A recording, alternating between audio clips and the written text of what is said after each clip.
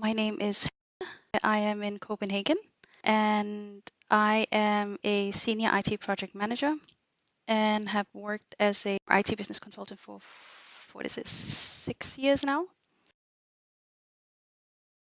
I am part of a group that is extremely marginalized and the media has done a great job of portraying the worst of this group for many years. For me, it has been my entire teenage upbringing, my entire 20s. I've listened to a lot of bad things about the group that I belong to. So there's the ethnic side of it, where the group is very marginalized, and then on top of it, there's the religious aspect of me being Muslim.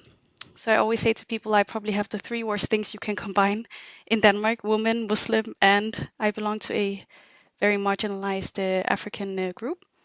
Once I turned 18, I realized that there's a lot of jobs I could qualify to alongside my studies, but I could not get because I wore a headscarf, so they wouldn't allow that. And I used to hustle, like I've always been a hustler, so I just applied for plenty of jobs. That's when I first noticed, okay, my headscarf is a limitation here. And then I just focused on my studies, and I always knew I had to do really well in my studies because I was struggling on the job market. And then throughout your bachelor's and master's in Denmark, it's very normal to get a what they call studierelevant job. So you would get a job that is similar to whatever you're working in as a student helper. I couldn't get into any of the companies at all. And I used to get my CV screened again and again and again. If I made it to certain job interviews, they would always ask me questions that had nothing to do with the job. Even till today, last week I had a interview, and the guy interviewing me all of a sudden started asking questions about, so I see you do a lot of political stuff on LinkedIn. And I said, I do not do anything to do with politics. All he had seen was me holding talk with a bunch of my fellow group members, so people from my country, where I talked about how to get into the Danish job market. And he saw that as politics. He started talking about statistics he had seen regarding my group of people and how badly we do in the job market. This is an interview, bear in mind.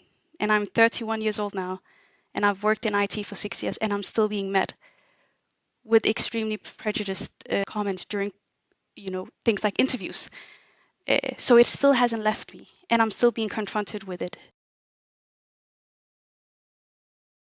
The nursing home that I worked at during my bachelor's and master's, the boss over there, she's the main cause as to why I got a foot into the IT market.